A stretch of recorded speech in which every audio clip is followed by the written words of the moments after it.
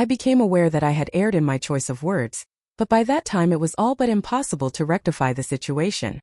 I am 32 years old, and I reside in Fort Worth, Texas. I will hereby relate the sequence of events that has led to a certain degree of marital discord. It all began at the office party last Friday. My husband, Troy, who is 37 years of age, extended an invitation to me to attend the event on behalf of his company. I must admit that I was not particularly enthused by the prospect of attending such an event, as I tend to find them somewhat disconcerting. I am always at a loss for words when I am in the presence of his colleagues.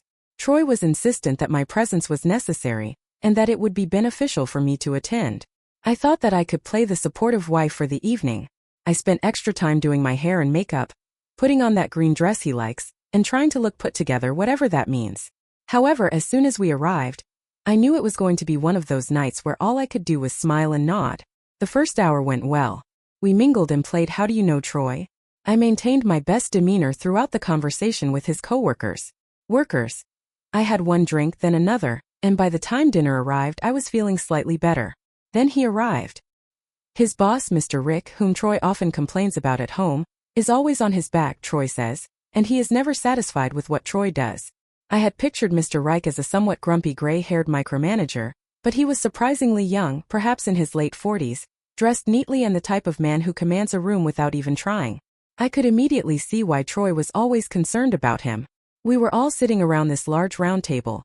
Me, Troy, his boss and a few other colleagues. Troy is a committed fan of the Dallas Cowboys, and he is quite vocal about it. Mr. Rick is an Eagles fan, and the two men have a cordial relationship, despite the well-known rivalry between the two teams. In the midst of casual conversation about holiday plans, the topic of football arises, and it becomes evident that Troy is a fervent supporter of the Cowboys. He exudes a deep passion for the team, while Mr. Rick reveals his allegiance to the Eagles. It is noteworthy that fans of these two teams often have a competitive relationship, and Troy's demeanor suggests he is not fully convinced by Mr. Rick's perspective. Recognizing this, I decided to interject with a light-hearted remark, suggesting that Troy's expression might be indicative of a momentary loss in an argument. My comment was intended to be humorous and constructive, aiming to highlight the potential for a more positive outlook. There was a palpable tension in the air, and I felt it too, as if the air had been sucked out of the room. Mr. Rick let out a loud ha, slapped the table and stated, "I like her. She has a point," but Troy did not laugh. He didn't even look at me. He just sat back in his chair, his gaze fixed on the table as if he were counting to 10 inches.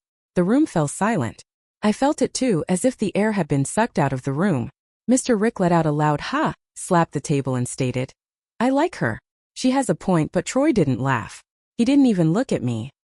He just sat back in his chair, his gaze fixed on the table as if he were counting to 10 in his head. I knew I should have stopped there. I knew it, but it wasn't me. I had to double down. "Maybe if you put that much effort into our finances we wouldn't be fighting over the cable bill every month," I added with a snicker, thinking I was being cute. His boss just sipped his drink and one of his colleagues offered me a slightly awkward smile. I felt a tap beneath the table, Troy's knee bumping mine, which was his little shut-up signal. I ignored it and said, "Don't look at me like that," tilting my head at him as if he were acting dramatic. "I'm just joking. You understand. I'm joking." "No, Danielle," he replied quietly. "You're doing too much. Your voice is low but sharp like a blade." He returned to eating, chewing as if he were grinding rocks between his teeth. Nobody at the table said anything, just fork scraping plates. I attempted to brush it off as if it were no big deal, but deep down I knew I had perhaps pushed too far. The remainder of dinner was somewhat uncomfortable.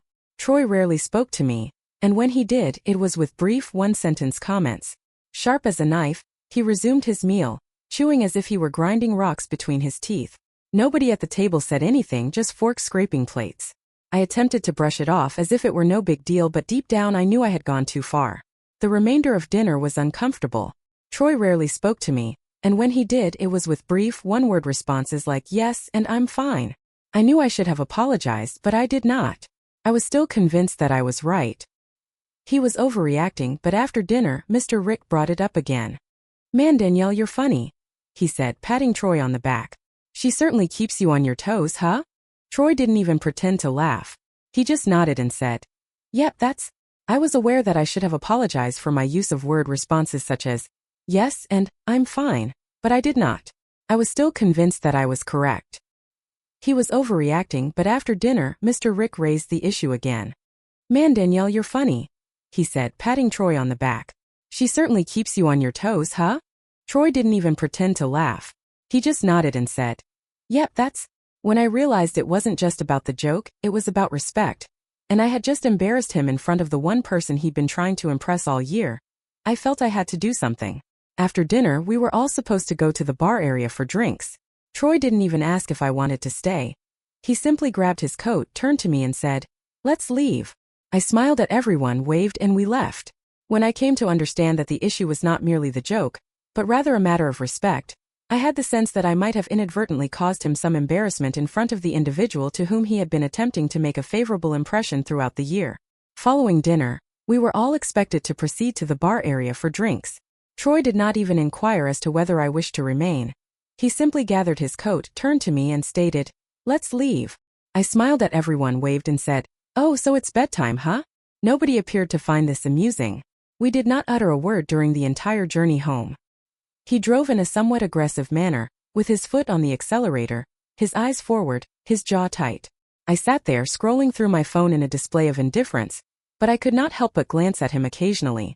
When we arrived at the driveway, I attempted to initiate conversation. He inquired, "Are you truly displeased by that?" It was merely a jest. He paused for a moment, his hands on the steering wheel, breathing calmly and deeply, as if granting himself a final opportunity to compose himself before turning to me, looking me straight in the eye and saying, "Nah, Danielle, it's not the joke. See you. I'm tired of this." He exited the vehicle, slammed the door and entered the house. I inquired, "Would you be upset about that?" "It was only a joke," he replied. He paused for a moment, hands on the steering wheel, breathing slowly and deeply, as if giving himself one last chance to calm down before turning to me, looking me in the eyes and saying, "Nah, Danielle, it's not the joke. See you. I'm tired of this." He got out, slammed the door and went inside. He didn't wait for me, didn't hold the door open like he normally does, and left me sitting there. I sat in the car for a minute, half angry, half perplexed. What did I do wrong? It wasn't too serious, it was a joke. Men frequently make such jokes with each other. Why does it vary when I do it? I walked in, still defensive and ready to argue. However, he was not in. I had to wait a little while for him, and he didn't hold the door open like he normally does. He left me sitting there for a minute, and I felt a bit angry and a bit confused. I thought to myself, what did I do wrong? It wasn't a very serious matter, it was just a joke that men often make with each other. But why does it matter when I do it? I walked into the living room, still feeling a bit defensive and ready to argue. However, he was not in the living room. He was upstairs. I followed him, still in my high heels, and called out to him. "Troy, are you really going to act like this?" I found him in our bedroom. "Pack a bag, a bag. What are you doing now?" I asked, standing with my hands on my hips. "Where are you going?" He zipped it up and looked at me. His eyes were tired but steady. "I'm done, Danielle," he said. "What are you done with?" I laughed, thinking he was lying. I followed him upstairs to the living room. "Troy, are you really going to act like this?" I asked, still in my heels. I found him in our bedroom. "Pack a bag. What are you doing now?" I asked, hands on hips. "I'm done," he replied, zipping up his bag and looking at me. "Danielle, what are you done with?" I laughed, thinking he was lying. "Oh, come on, you're not going anywhere with a joke," I said, but he didn't respond. He grabbed his bag, brushed past me and went downstairs. I followed him, still trying to win the argument. "You're being ridiculous," I said, still in that sarcastic tone, arms crossed. "I'm not chasing you, Troy. If you want to be stupid, he said. He got to the door, looked back at me and said, "Oh, I thought you're not going anywhere with a joke." But he didn't respond. He grabbed his bag, brushed past me and went downstairs. I followed him, still trying to win the argument. "You're being ridiculous," I said, still in that sarcastic tone, arms crossed. "I'm not chasing you, Troy. If you want to be stupid, He got to the door, looked back at me and said the words that finally hit me. "You never know when to stop, Danielle. That's the problem." Then he walked out. I stood there, still thinking he'd come back in a few minutes, but when I heard his car start and saw the taillights disappear down the street, that's when it hit me. He wasn't playing. I stood there at the front door for a while, just staring at the empty street. I was struck by the thought that there was no way of knowing when to stop. Then he walked out. I stood there, thinking he might come back in a few minutes, but when I heard his car and saw the headlights disappear down the street, I realized that he wasn't coming back. I stood there at the front door for a while, just staring at the empty street. I half expected him to turn around at any moment. I even pulled out my phone, half expecting a text telling me to come outside. But there was just silence. I shut the door and locked it, as if that meant something, and leaned against it, arms crossed, biting the inside of my cheek. I thought to myself that he would be back. He always came back. We'd had arguments worse than this, and he'd never left for more than an hour. I went inside. I went upstairs, still in that green dress, heels clicking against the floor, and sat on the edge of the bed. The bed looked so empty, the pillow still dented from where he had slept the night before. I stared at it, but instead of feeling sad, I felt annoyed. He is so dramatic. Grabbing my phone, I texted him, "Where are you?" With no response. He must want to talk to me. I found myself upstairs, still in that green dress, heels clicking against the floor. I sat on the edge of the bed, the pillow still dented from where he had slept the night before. I stared at it, but instead of feeling sad, I felt annoyed. He is so dramatic. Grabbing my phone, I texted him, "Where are you?" With no response. I felt he was trying to avoid me. I set the phone down and got up, walking into the closet where I saw the space where his bag used to be. He really took his duffel bag like he was going on a trip or something. How ridiculous. My first thought was to call his mom. He hates that. He always says I run to his mom like I'm tattling on him, but I didn't do it. I knew if I did, I suggested that we should both try to be more assertive. I put the phone down and walked into the closet, where I saw that space where his bag used to be. He really took his duffel bag, as if he was going on a trip. How ridiculous. My first thought was that I should call his mom. Oh yeah, he hates that. He always says that I run to his mom like I'm tattling on him, but I didn't do it. I knew that if I did, she would probably side with him, and I wasn't about to hear a lecture tonight. So instead I called my sister, Rachel. She answered on the third ring. "What's up?" I sighed, flopping onto the bed. "Troy's being stupid." "Oh, what did you do this time?" she said, laughing a little. "What did I do?" I asked, sitting up, offended. "Why do you always assume it's me?" "Because it's usually you, Danielle." I suggested that she might be more inclined to agree with him, and I suggested that we should both try to avoid making a big issue out of the situation. I then called my sister, Rachel. She answered on the third ring. "What's up?" I sighed, flopping onto the bed. "Troy's being stupid." "Oh, what did you do this time?" "What did I do?" I asked, sitting up, a little offended. "Why do you always assume it's me?" "It's usually you, Danielle." "What happened?" I asked her. I told her everything. The party, the joke, the whole scene at the table. I made it sound like it was nothing, of course. Just a little playful back and forth. No big deal. I even threw in a few "he's so sensitive" comments for good measure. "Girl," Rachel's voice got really quiet. "You said that in front of his boss." "Yeah, so it's not like I lied." I explained what had happened, telling her everything. The party, the joke, the whole scene at the table. I made it sound like it was nothing, of course, just a little playful back and forth, no big deal. I even threw in a few "he's so sensitive" comments for good measure. "Girl," Rachel's voice got really quiet. "You said that in front of his boss." "Yeah, so it's not like I lied." I shot back, annoyed that she wasn't taking my side. He's always talking about how stressed out he is at work, so maybe if he handled things differently, he wouldn't be so upset with Danielle. Rachel cut me off, voice sharper this time. "You disrespected him in front of his boss. Men don't play about that. You made him look small." I sat there silent for a second. "Okay?" I retorted, somewhat irritated that she was not supporting my position. He often complains about how stressful his work is, so perhaps if he were to adopt a different approach, he might not be so upset with Danielle. Rachel cut me off, her voice taking on a sharper tone this time. "You showed him a lack of respect in front of his boss. Men don't take that lightly. You made him look small." I sat there silent for a moment, contemplating her words. "Was he laughing?" she asked. "No, then it wasn't a joke." Her words hung in the air, heavy.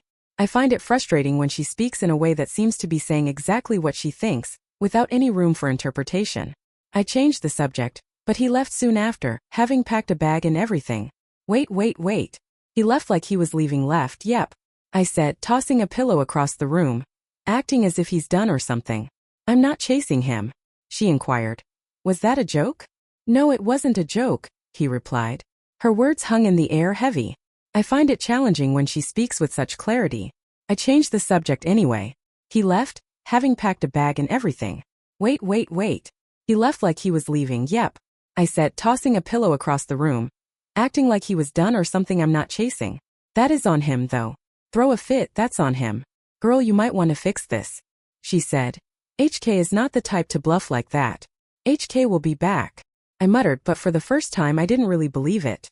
That night I didn't sleep much. Every little sound outside had me checking my phone, thinking it was him, but it wasn't. The hours dragged on. Midnight, 1 o'clock m.m. 2 m. Still no texts, no calls. That I finally felt compelled to text him again, something trivial because that's what I do. Oh, so you're just going to ghost me now? Real mature, Troy. Still no response by 3 a.m. I found myself pacing, muttering under my breath as if I were in a full-blown state of agitation. I was feeling a bit agitated, as if I had been in a heated discussion with him, even though he was not present. I kept replaying the events in my mind, questioning whether I should have said something. However, I also felt that if he could criticize me, he could also handle receiving criticism. Eventually, I fell asleep on the couch, and when I woke up, I found myself pacing, lost in thought and muttering under my breath. I was reliving the events of the day, questioning my words and their impact. I reflected on how I had perhaps been too direct, but then I thought about how he is a mature adult and can handle his emotions. Eventually, I drifted off to sleep on the couch, only to be awakened by the sound of birds chirping and my phone vibrating on the coffee table. At first, I thought it was him, but upon closer inspection, I realized it was a message from Rachel. I wondered if there had been any news from Troy. However, I decided not to respond. I got up, stretched, and checked my phone's call log, only to find that there were no missed calls or texts. I told myself that I would not contact him again. I was aware that he would return, but as time went by, I began to feel uncertain. By noon, I was standing at the kitchen counter, tapping my nails on the countertop, contemplating whether to call him. I was reluctant to make the first move, but my pride was becoming increasingly burdened. As time went by, I found myself growing increasingly uncertain. By noon, I was standing at the kitchen counter, gently tapping my nails on the countertop, contemplating whether to reach out to him. I didn't particularly relish the idea of being the one to initiate the call, yet the weight of my pride began to feel rather substantial. Then, I caught sight of his car's absence from the driveway. Where might he have gone? I dialed, rang twice, and the call was immediately transferred to voicemail. Oh, that's what we're doing now, I muttered, shaking my head. 2 months passed, and there was still no word from him. I began to speculate whether he might have sought refuge with one of his friends, perhaps my first. I was concerned about his whereabouts, so I tried to contact him. However, I received no response. After a while, I thought about asking Brandon, his childhood best friend, but I thought better of it. Brandon is single and his house is very lively. Troy wouldn't get any peace there, maybe his brother Marcus. I called Marcus. Hey Danielle, he answered, sounding casual. Is Troy with you? I asked, trying to sound calm. I thought it was Brandon, his childhood best friend, but I knew better. Brandon was single and his house was very lively. Troy wouldn't get any peace there, but maybe his brother Marcus. I called Marcus. Hey Danielle, he answered, sounding casual. Hey, is Troy with you? I asked, trying to sound nonchalant. Nope. I haven't seen him. Why, oh no. Reason. Just checking. I lied, chewing on my thumbnail. You good? He asked like he knew something was off. Yeah, I'm fine. I hung up before he could ask more questions. At this point, I was starting to feel a bit panicky, but not fully panic-stricken. I felt a sense of unease, as if I had overlooked something. It wasn't until later that night that he finally called. I answered on the first ring, attempting to maintain composure. Wow, you finally remembered I have a wife, I said, trying to be calm. I was left with a lingering sense of unease, as if I had overlooked something. It wasn't until later that night that he finally picked up the phone. I answered immediately, attempting to maintain composure. Hey, I heard you've got a wife, he remarked casually, leaning on the counter with one hand. Danielle, he said, his voice a tad calm but detached. We need to talk. Oh, now you want to talk? Where were you last night, huh? He continued, cutting me off. I'm not playing games with you. I'm the one playing games. You're the one who stormed out like a teenager. I'm tired of being made to feel embarrassed by your silence. I didn't have a comeback for that. He said he wasn't coming back home tonight, that he was staying at his mom's for a while. I need space, he said. I laughed, but it wasn't a real laugh. I made my exit, feeling a sense of frustration and embarrassment. Danielle expressed her feelings about the silence, and I realized that I had not been able to offer a suitable response. I informed him that I would not be returning home that night, and that I would be staying at my mother's for a while. I said that I needed some space, and he responded with a joke about me cheating on him. I felt hurt by his words, and I retorted that he was the one who was making me feel small. I said that I was no longer willing to live like that, and I felt my chest tighten. I said that I was the victim in the situation, and that he was the one leaving our marriage. He replied that he was leaving because of a joke I had made. I felt my chest tighten as I listened to him, and I could hear him rubbing his face, as he often does when he is frustrated. I'm no longer living like that, I said. I'm no longer living like that.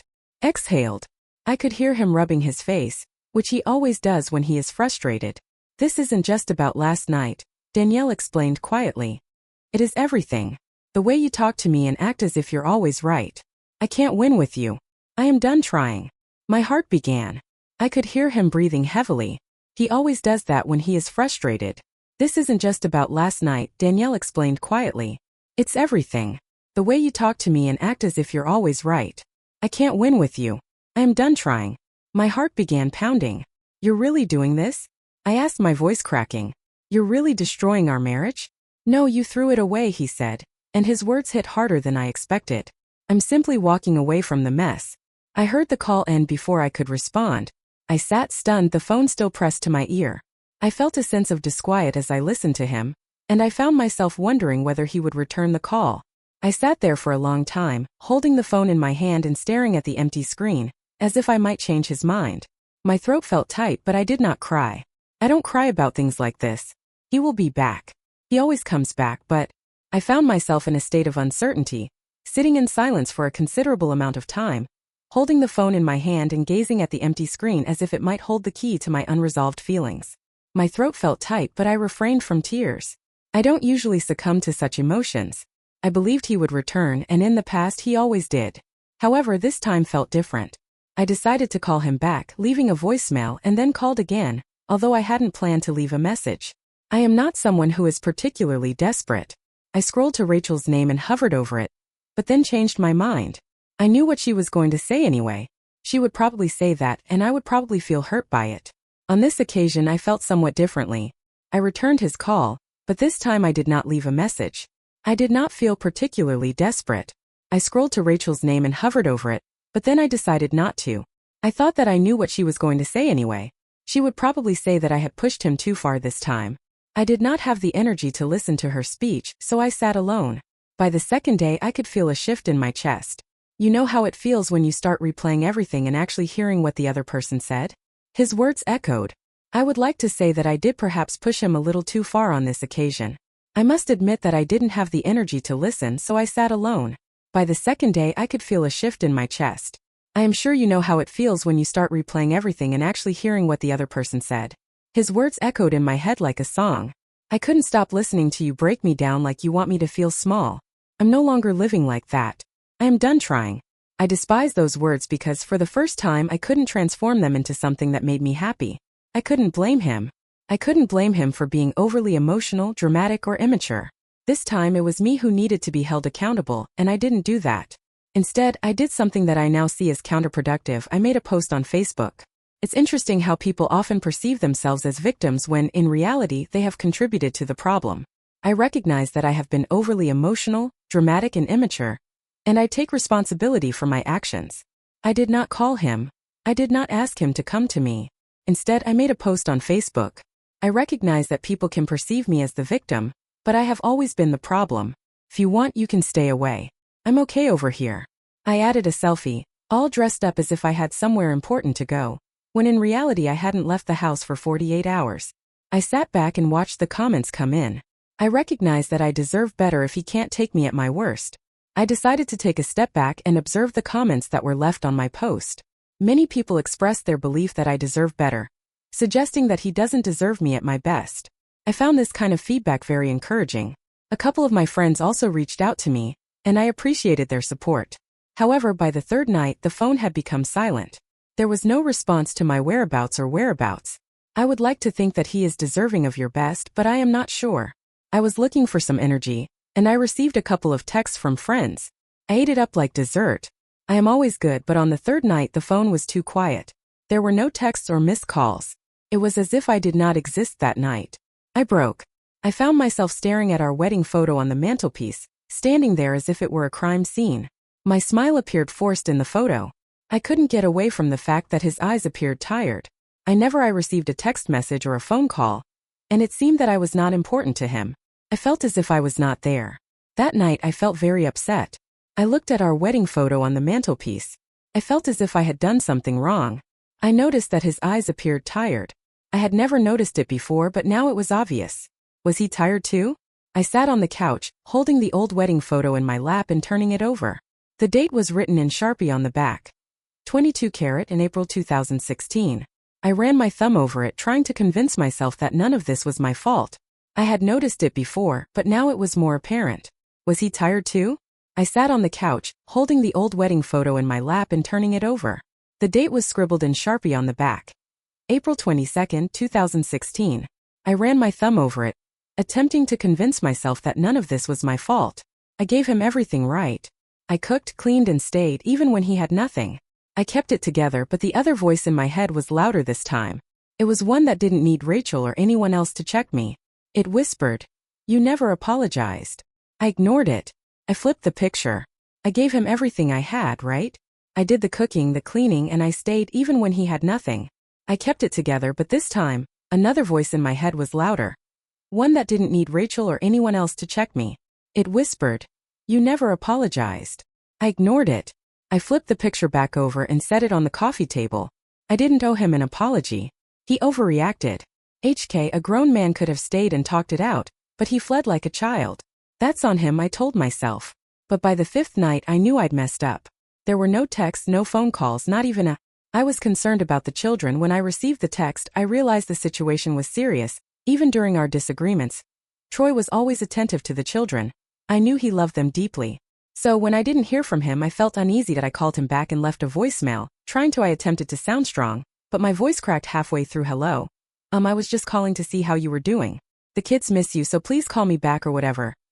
Clicked. I was displeased with how weak I sounded. I was displeased with how real it was beginning to feel. A week later I was served divorce papers. I was somewhat taken aback by the strength of my voice, which cracked halfway through my greeting. "I had just called to see how you were doing. The children miss you, so I would be grateful if you would call me back or click on the link." I was somewhat taken aback by how weak I sounded. I was also somewhat taken aback by how real it was beginning to feel. A week later, I was served divorce papers on my front porch by a man in a polo shirt, as if it were any other Tuesday. I grabbed them out of his grasp and slammed the door. I was somewhat taken aback by the fact that he was doing this over a ridiculous argument. I skimmed my eyes over the papers, but I didn't read them. It was an odd experience, as if it wasn't quite real. Arguments like these seem to happen quite often. People say things they don't mean and move on. However, a month has passed, and I have come to believe that Troy's actions were all for show, a power play to entice me to chase him. This is classic Troy. He will give in eventually. After some time, I began to feel as though I was seeing more of her than I had expected. I saw a picture of her with him on Facebook, and I noticed that she had tagged a girl named Leanne in it. Leanne was blonde, thin, and sporty, and I thought that she looked like the type of person who would wake up at 5 a.m. to do yoga. I clicked on her profile, and I noticed that her bio was very long and detailed. I felt a bit overwhelmed. One evening I was scrolling through Facebook when I came across a picture of her with a man named Leanne. Leanne was a young woman with blonde hair and a slender figure, and it seemed that she was someone who was very active and fit. I decided to click on her profile, which was very open, and I felt a bit embarrassed. Her bio was very positive and it made me feel a bit dizzy. But then I saw a picture of them at a restaurant, and he had his arm around her, smiling broadly. She had written a caption under the picture that said, "Thankful for this man every day." I felt a strong emotion in my chest. I sat up straight. I felt a sense of disquiet as I scrolled through the posts, tags, and heart emojis. It was as if I was seeing the life I had created with my own eyes. I felt a sense of envy towards this woman Leanne, who was living the life I had built. She was eating the food I had taught him to like, and reaping the benefits of my hard work. I felt a pang of jealousy as I realized that he had not paused, he had not waited. He didn't seem to be grieving, he just moved on. I had a look at his page and scrolled through his posts, but he didn't mention the divorce. There wasn't a single post about being free or finding peace, just silence. However, the picture on her page spoke volumes. I sat there with a tight jaw and I could feel it in my temples. My first thought was to post another Facebook status, something snappy, something petty. That it's often the healed ones who forget who helped them heal, but I'm doing well. I hit post and watched the likes roll in, and it felt good for a moment. I would like to reiterate that the validation on demand was indeed effective, though I must admit that the feeling was not as prolonged as previously experienced. I took the decision to delete it by midnight, not out of regret, but rather to ensure that Troy would not have sight of it. I came to the realization that he was not going to see it that night, nor was he checking for me. He simply did not care. The next day, I witnessed Troy laughing at something he said while Leanne was watching through a screen. I therefore decided to contact my lawyer, as I was unwilling to accept the situation without resistance. I was determined to make it as challenging as possible to move on so quickly. I wanted to appear as calm and composed as possible.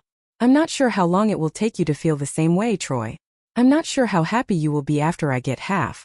I'm not sure if I want him back. I'm not sure if I want him to experience this if I'm unable to have him. I will make sure that his new very happy girlfriend is fully informed about the agreement she has entered into.